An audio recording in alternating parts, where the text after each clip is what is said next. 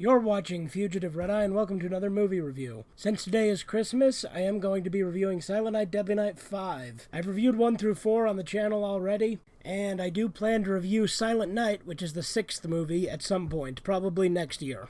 Apologies for my voice, ideally it'll get better after this, but since this is a timely themed video, and I did ask in the previous video I uploaded today if you wanted to see it today, and the only 2 comments I got with a response said yes, so here we go. So, as you can imagine, this is the 5th movie in the Silent Night, Deadly Night franchise, and much like its predecessor, Silent Night, Deadly Night 4, this one had nothing to do with the first 3 movies, and it had nothing to do with 4. There was a cameo from a character by the name of Ricky, who was the main male character in 4, though 4 was primarily focused on the female characters, because it was that weird feminist anti-men death cult with the weird bugs and shit. It was a fucking weird one, too. This one is subtitled The Toy Maker. Originally, I thought it was going to be returning to a killer Santa concept, but this time be actual Santa, but it turns out I was wrong about that. It's literally about a toy maker making killer toys, which, to be fair, I thought it would be the case, but I also thought it would be actual Santa doing it. There will be spoilers in this review, so you have been warned, but this movie starts out pretty straightforward. A present gets delivered near Christmas. It kills this kid's stepfather in front of him, and it sets in motion plenty of other bad things happening with killer toys. There's also a mysterious drifter who's going around the town trying to get in contact with the kid or do something at first. I wasn't sure.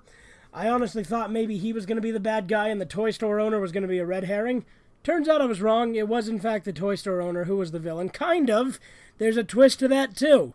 We'll get to it at the end. Don't you worry about that. It's fucking bizarre, and I absolutely didn't see it coming. There's this toy store owner and his son who run his shop, and they make the toys, and these toys go around and kill people. Again, at first I wasn't sure who was actually making them kill people, but you do find out in the end. In addition to that, this kid does not react to shit. Like, he just stands there and doesn't try to do anything for most of the movie when terrible stuff is happening with these killer toys. But that said, there is one scene where he does smash the original toy with a baseball bat, destroying it. And there is a scene at the end where he just randomly decides to fight back in a battle with the killer. He easily could have fought back throughout the whole movie, but for whatever reason, he didn't. The drifter that's going around town, who I originally thought was going to turn out to be the real villain, and this is where it gets really spoilery, but again, there's been spoilers throughout. This guy turns out to be the kid's real father, and the stepfather we saw at the beginning was a stepfather, which is why I said that. They never gave an inclination at the start, but I kind of thought it was, just given the interactions between the two. But then it's confirmed that the drifter was his real father, and I absolutely did not see that coming. I thought he was just going to be like a Tommy Jarvis type character who's like, I know these killer toys before, or that he was going to be revealed to be the true killer. It turns out he was aware of the killer toys, so I mean, I was kinda right there, but he was also the kid's father. Also, the wife seems to get over her husband's death really fucking quickly, and doesn't really seem to give a shit.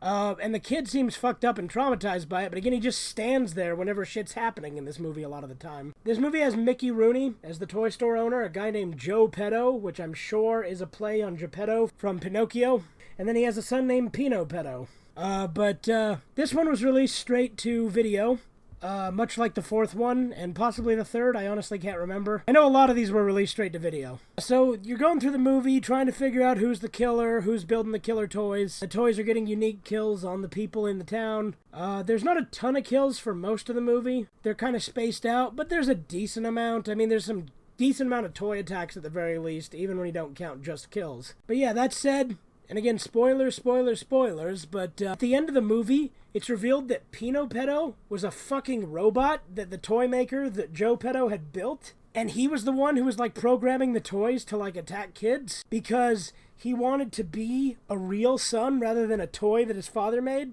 And the reason he made him in the first place is because his actual wife died while she was pregnant in a car accident or something. Very weird twist at the end I absolutely didn't see coming, to have him be a fucking robot. That was fucking bizarre. But overall, I think this movie was pretty fun. The killer toy aspect was really fun about it. Obviously, it was not related to the other Silent Night, Deadly Night films, neither was 4.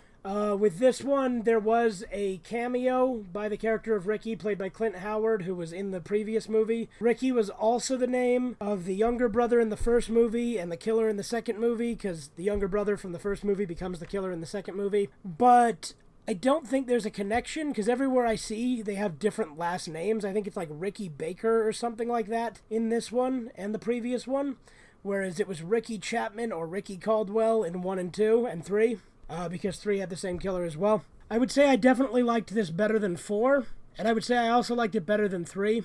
It's definitely not as genuinely good as 1. I think, you know, if I had to watch them in order, it would be more bearable than having to watch 1 followed immediately by 2, just because 2 recaps 1 for, like, most of the movie. Barring the reuse scenes, I think I would prefer 2 over this.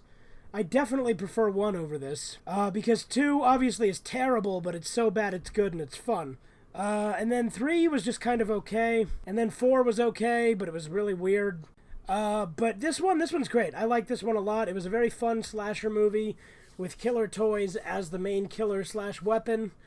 So I thought that was really cool. It is nice and Christmassy, so I enjoyed it too. I definitely think it was a good one to watch this time of year. Like I said, there is one more that I can check out for next year. But anyway, I think that about does it for today's video. This has been Fugitive Red Eye. Have a good one. Toodles.